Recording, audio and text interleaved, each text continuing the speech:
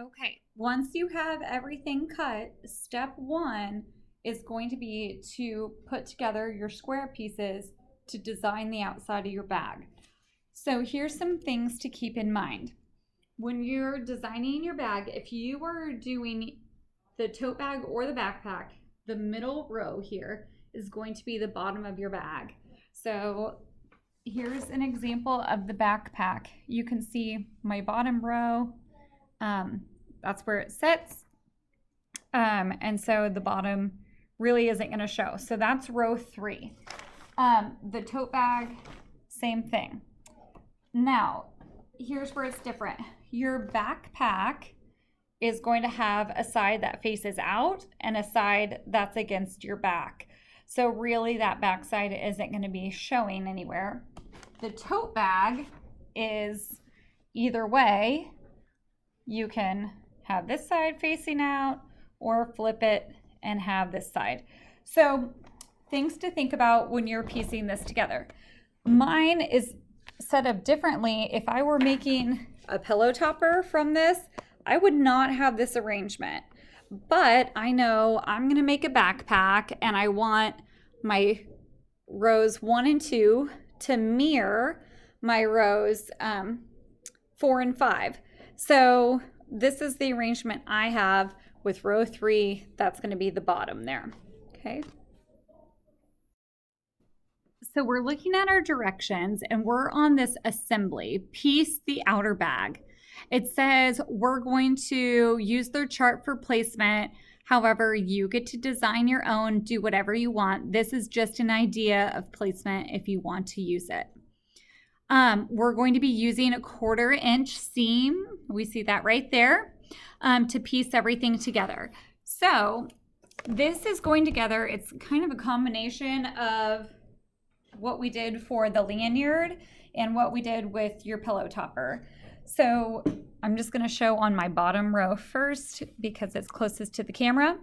I'm going to start by taking 2 of my squares and placing them pretty sides together. And then I'm going to take this to the machine and I'm going to sew this seam here with a 1/4 inch seam allowance. It's going to open up and then we'll attach this next row over here. So it'll look a little something like that. Okay, here we are at the sewing machine. I have my squares pretty sides together and I have the edge of my presser foot lined up with the edge of the fabric for my 1/4 inch seam allowance. I did not put a pin in my fabric. They're pressed nice and flat, so they're going to stay in place for me. You could, however, place a pin in the middle to hold it for you. So when I do this, you can backstitch. You don't necessarily have to because we're going to sew over all these seams again later on when we're piecing this together. So down, and then it's going to open up just like this.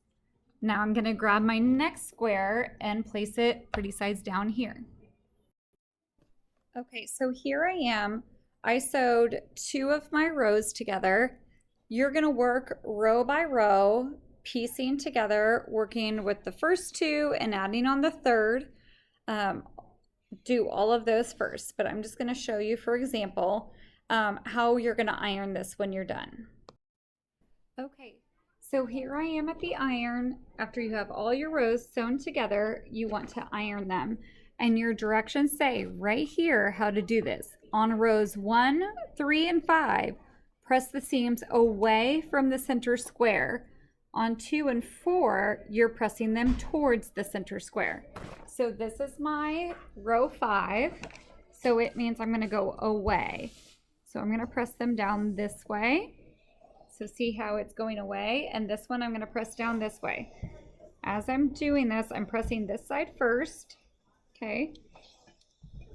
So you can see they're facing away from the square. I'm going to come to this side now and just go right on that seam and make sure that's nice and flat. So I have a nice straight row. There's no creases in those seams. Okay, now This is my row 2 and 4. So this time I want to press it towards. So I'm going to take it like this and press it in. This is going to help us when we put these together to nest the seams. So that means when they're going opposite directions, they're going to kind of lock in place easier. Okay, I'm going to flip it over and give this a press so it lays flat, and this side too. One thing I haven't done to this row yet that I'm going to need to do is trim up all my loose threads. That way it all lays nice and neat together. Okay, I've ironed my rows, and now we're on the last step of this section of piecing the rows together. So we did the ironing. Now it says using a 1/4 inch seam, piece the rows together, and then afterward we're going to press the rows towards row 3. So to sew these together, I'm putting them pretty sides together. It's always helpful to put your rows back in order so you know which goes where. And once again, take a picture at the beginning when you have them all laid out. That way you can refer back to it anytime you need. Okay, so this is what I mean by nesting the seams. We want the pressing we did, one seam's going this way, one seam's going this way. And that's kind of a good view. You can see the opposite directions. So that's going to eliminate any bulk when we put it through the machine. This step I definitely pin, because when you have your finished bag, I always have students that tell me, well, why don't my squares line up the way yours do?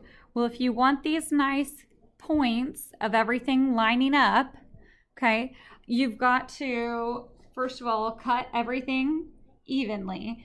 And then when you're doing this step, you have to take time to pin, line up those nested seams, and make sure they stay lined up when you go to sew them together.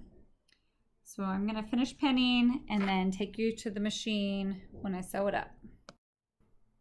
All right, so here we are back at the machine. I've got lots of pins in my fabric. I did the middle of each square and then the nested seams for each as well.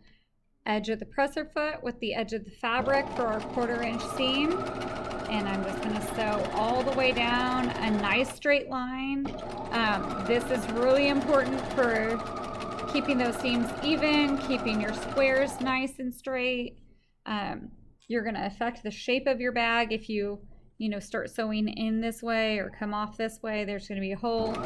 So keep this nice and lined up all the way down.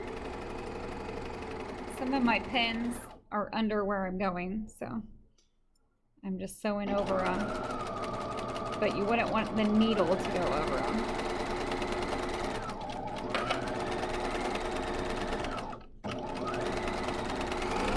All right, here we are. So when I take my pins out, you'll be able to see now we have 2 of our rows. So from here, I'm taking row 3 and adding it onto my row 4, row 2 onto row 3. I just worked opposite. I normally put this together, rows 1 and 2, and then 3, 4, 5.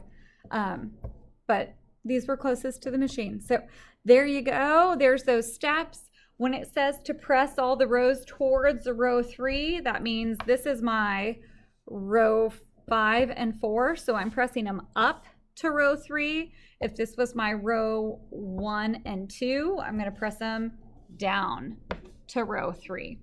And that's that for that section.